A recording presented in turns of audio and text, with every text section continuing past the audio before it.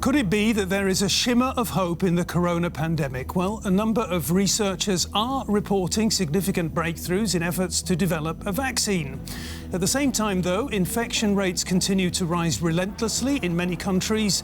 Governments across Europe and elsewhere have responded with drastic incursions into people's freedoms.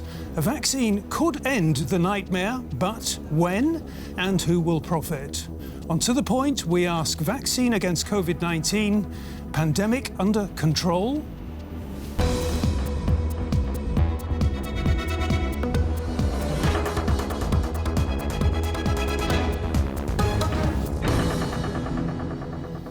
Well, thanks very much for joining us. And my guests here in the studio in Berlin are Professor Susanne Schreiber from the German Ethics Council, who says, in theory, we know how best to distribute limited supplies of the vaccine. The real challenge is putting these ideas into practice.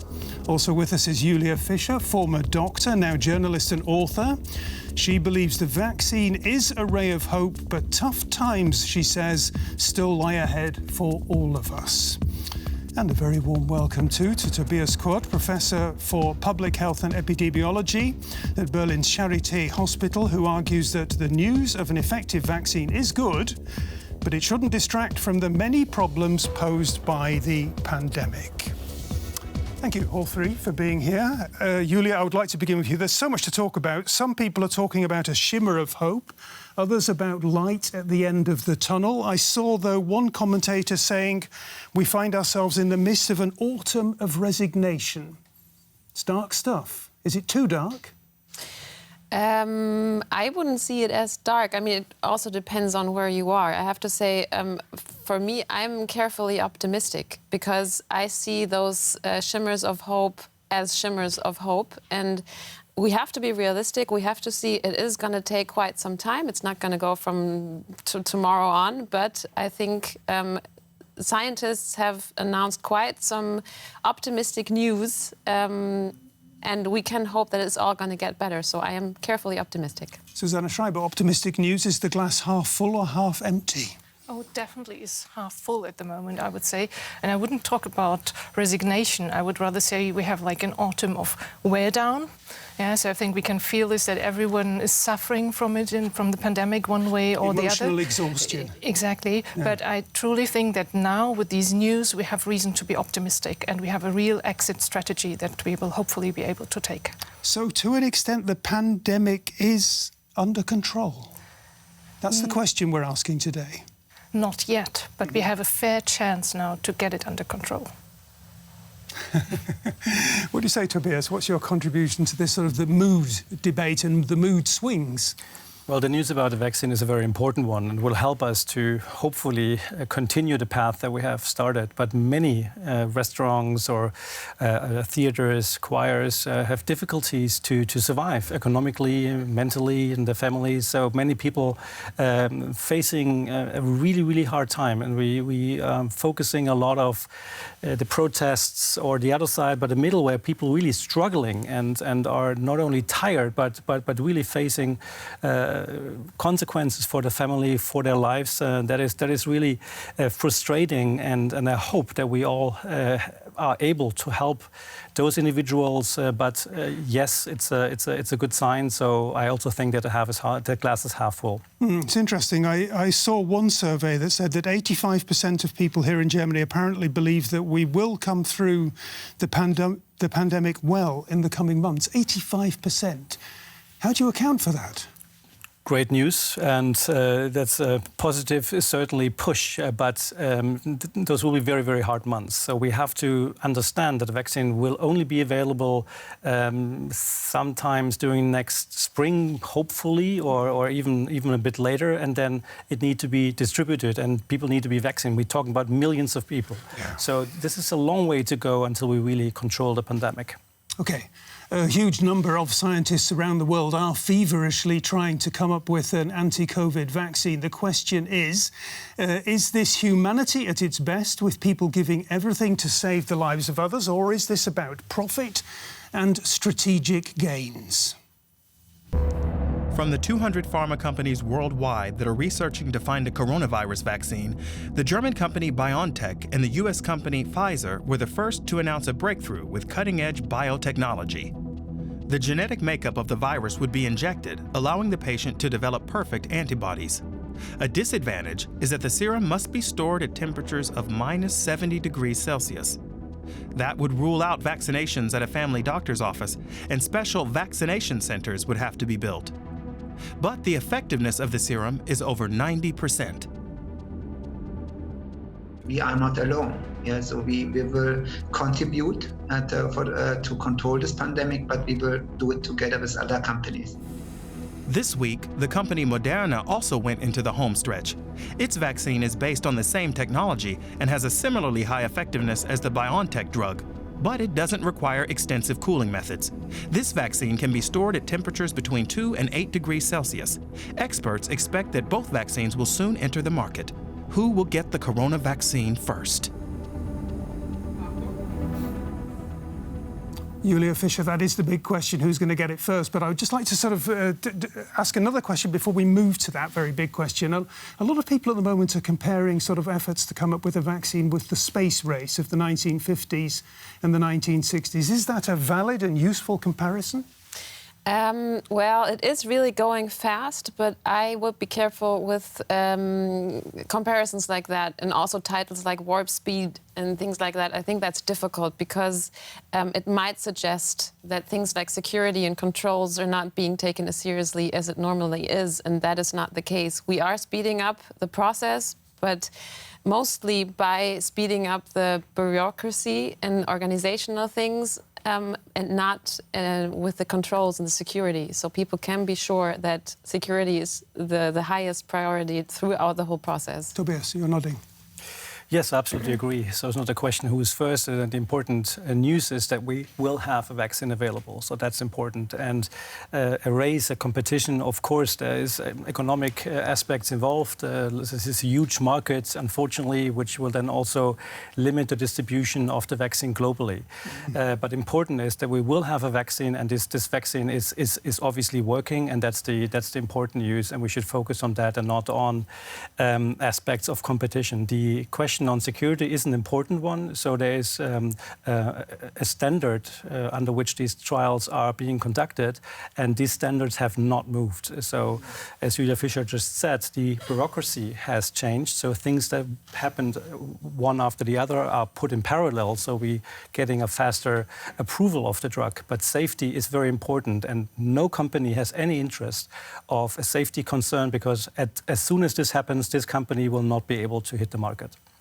It's interesting, though, I don't want to be too negative about the aspect of competition. I was listening very closely to Professor Shaheen from BioNTech there in the report. He says, we are not alone, we will contribute to controlling the pandemic, and we will do it with other companies. There seems to be a real sort of, at least in part, a real mood of cooperation. Yes, that's very important, that many companies are thinking about this. There are several platforms. So the messenger RNA vaccine is one, but there are other platforms as well that very likely are working as well. And we need to understand which vaccine is better for whom.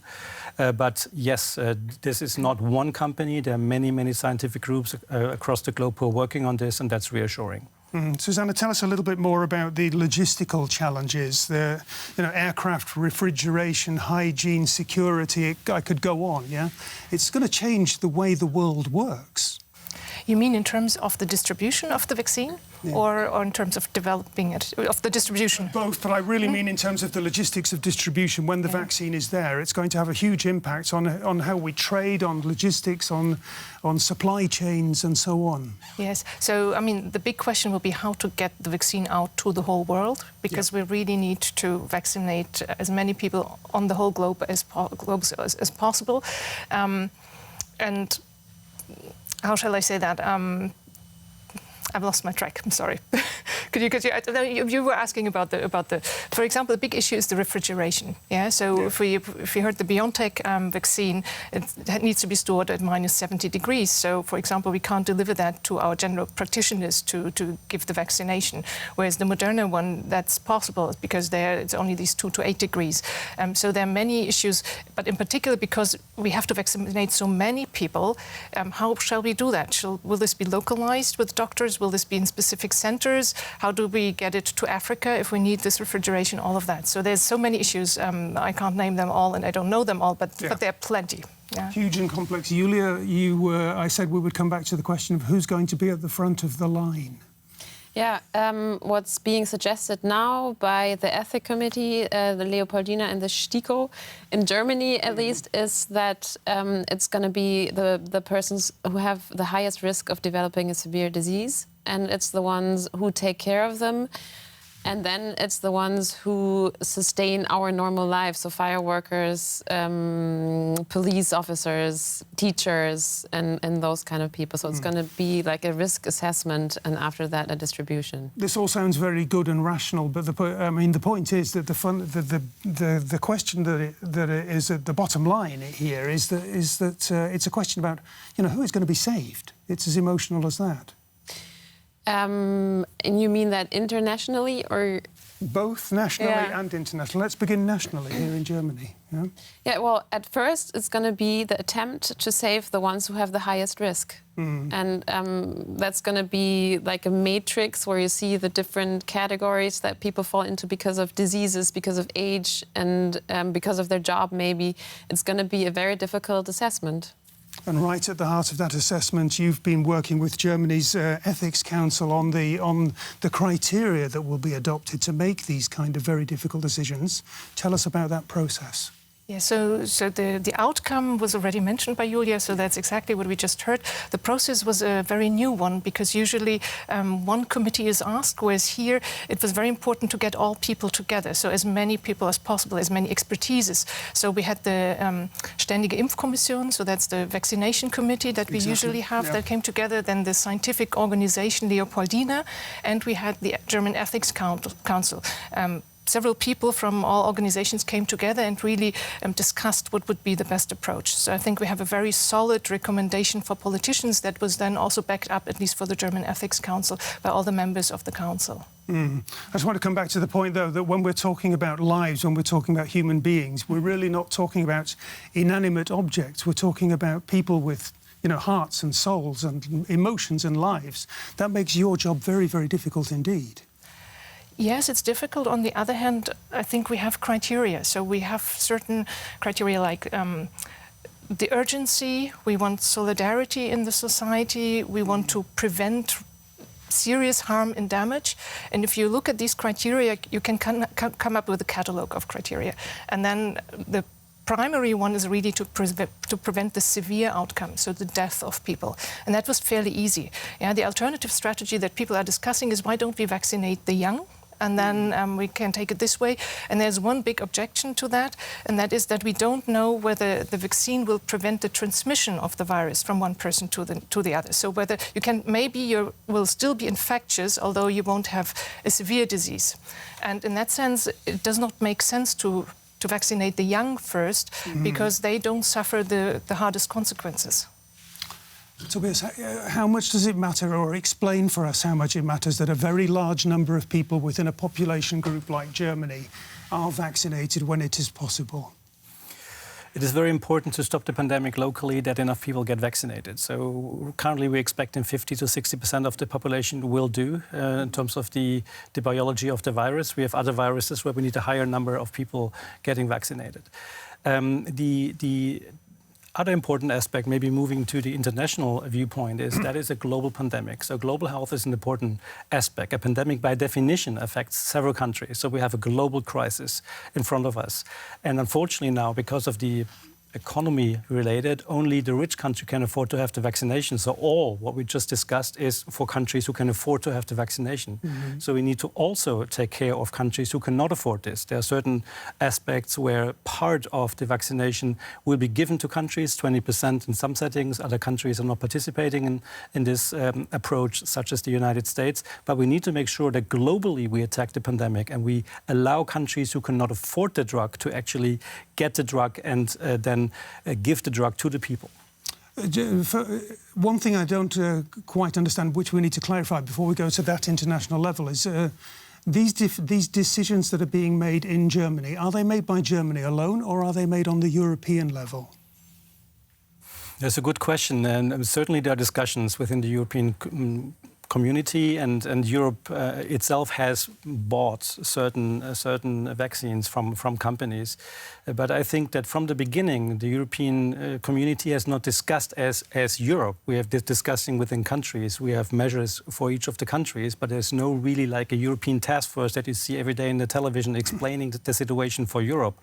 So there could be more like a communication aspect and also acting together as a European community. Julia, do you have an answer to that question? I think it's very, very important because Europe is, it's a broad community. Yeah, I would also see it as Tobias Kurth that if we get to distributing the vaccine, it is really important that all the European countries, if not all the countries over the world, start working together and making sure that there's going to be a fair distribution, because there is going to be countries who don't have the money to buy enough vaccines. And we, as the richer countries, have to make sure that they will get some vaccine too, because if we don't act internationally and globally, we won't stop the pandemic, and it will be brought back to us if we don't stop it all over. So we all have to work together. Susanne Schreiber, I'm sure that those are questions too which you must have been addressing in your discussions. Yes, no, we really try to come to a European way, at least in the sense that we exchange. So yesterday there was a bioethics forum by the national ethics committees of different countries, France and Britain participated in particular, and we had Mrs. Wopum from the European Union, and we discussed these issues. So it's really important to exchange on that and to come to a common strategy. On the other hand, we all know how difficult it is, although we know what would be the best to get Europe to act as one person. Yeah, so one thing is what are we discussing, and the other one thing is what are the national states willing to do, and that only time will show. But I think the aim is to come to a concerted action. Yeah, and Tobias Kurth, you were talking about the international aspects of all this. India and South Africa, I believe, have already come out and said that there should be no patents on at least some of the vaccines that come out so that they can be locally manufactured. Is that a realistic route to go down? It's a good suggestion. How realistic it is difficult to say, because development of the vaccine obviously costs a lot of money, and many taxpayers have paid a lot of money into the development of the drug. So to release the patent right away obviously is a discussion that is important in terms of addressing the global aspect of the pandemic. I personally think it should be made available to these countries so they can develop them themselves. It's a very important aspect. But of course these companies say, hey, I developed this, so please at least pay me my share that I have invested. You're nodding. Again, I'm interested in your contribution there because it is such a fundamental question. No, it's really a difficult ethical question, because the taxpayers also invested into the development, and there won't be an easy solution or an easy answer like black and white. We have to do it this way or that way. But one thing is clear, we really need the whole world to participate, because I take this example, it's like when you take antibiotics, you can't leave out one part of your body, because otherwise once you stop taking it, it will come back, the bacteria, the disease will come back from that part. So we really depend on getting the whole world on board. It's not just an altruistic action, it's a real necessity.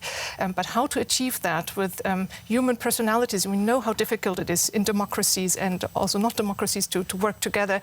We will see, and we can just hope and continue to work on it. Okay.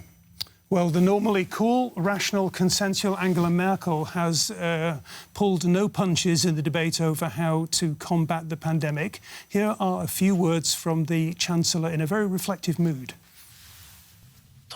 Nevertheless, and I'm well aware of this, the measures restricting all contact are and remain an imposition, a democratic imposition. I have to say that implementing them was one of the most difficult decisions of my time in office. Tobias, Angela Merkel there talking about how she's been approaching the challenges of the pandemic. Are you with the Chancellor on her strategy so far? Because she's been viewed by very many people here in Germany, or by a significant portion of people here in Germany, as too strict, taking too much control of people's lives. I don't think that the measures are too strict. If you go to other countries, they're much, much stricter. We actually have, in Germany, this is a lockdown light, so we can do things that in other countries are not possible right now to do. Important, however, is the communication. And I think here we have to communicate somewhat more regularly, not every other week or every 4 weeks, and new information. So really talk to the people, explain what's going on, explain what will happen over the next months and what it means to have a vaccine and what it means to actually distribute the vaccine to 50 million people or more. So those communication things are very important, and so hopefully this will start soon. Susanne, that was the word that you mentioned to me before the show when we were talking. That was a major concern for you, communication.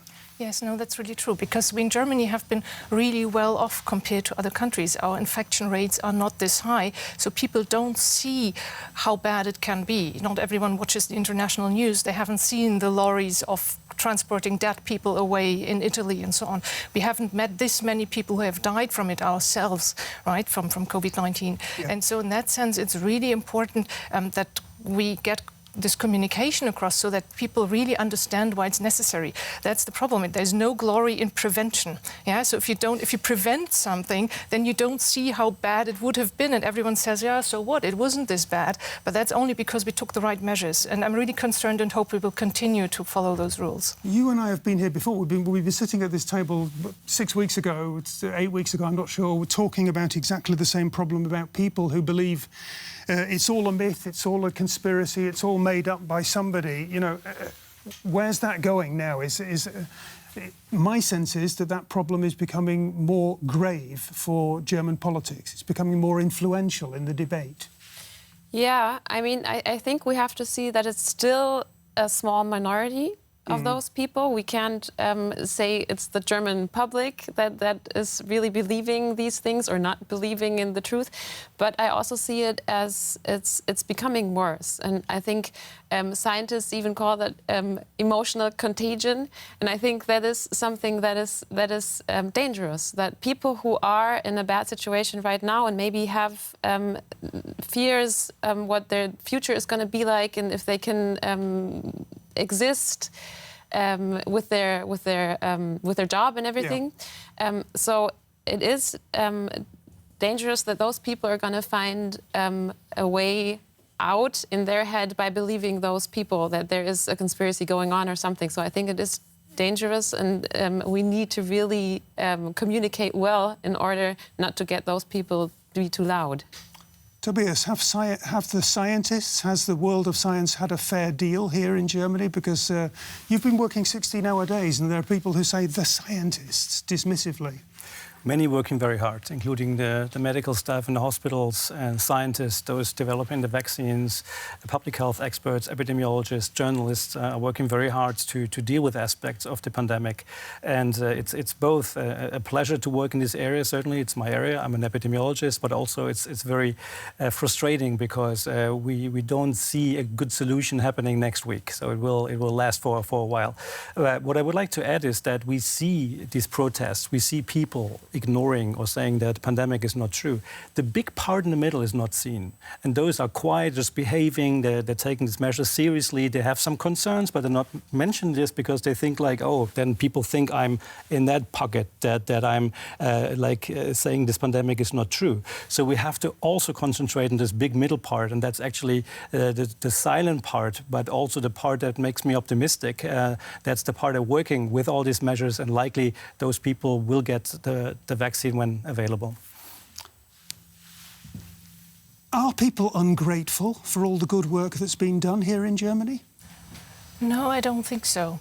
It's just harder to see. I don't think people are ungrateful, but people are very sensitive to issues of fairness, for example. So we need the communication to make clear that there isn't an unfair distribution of these restrictive measures, for example, across the population, and that there are reasons why it's now the restaurants and not the schools or something. So this communication is really important. But as Tobias said, the middle ground, I would say, is with us and is with these rules. But you really need to make sure that the fairness is there, and that's a difficult task. I'm not envying the politicians in getting that across. Exactly, rules and fairness. I mean, your organisation is involved in developing a moral compass for the politicians. Just give us a quick word on the moral compass. What does it look like? How does it sound? Well, moral compass. We're taking small and big problems, and we're discussing them with a group of 24 colleagues, and then we try to come up with compromising recommendations of how things could be handled, where we took, in contrast to the politicians who don't have this time, the time to look at a situation from different angles. And perhaps that's richer than just the opinion of one person who will then act. But in the end, it's the politicians who have to decide. It's a really cool job, I have to say. Many interesting colleagues, and you come with a fixed opinion, and then you think, oh, there's another facet which I didn't see. And I think this is really important that we have an institution like that we can afford it. Wonderful. That's a really good place to leave the debate. A very, very positive note there. Thank you very much for joining us from here on Deutsche Welle. To the Point is the show.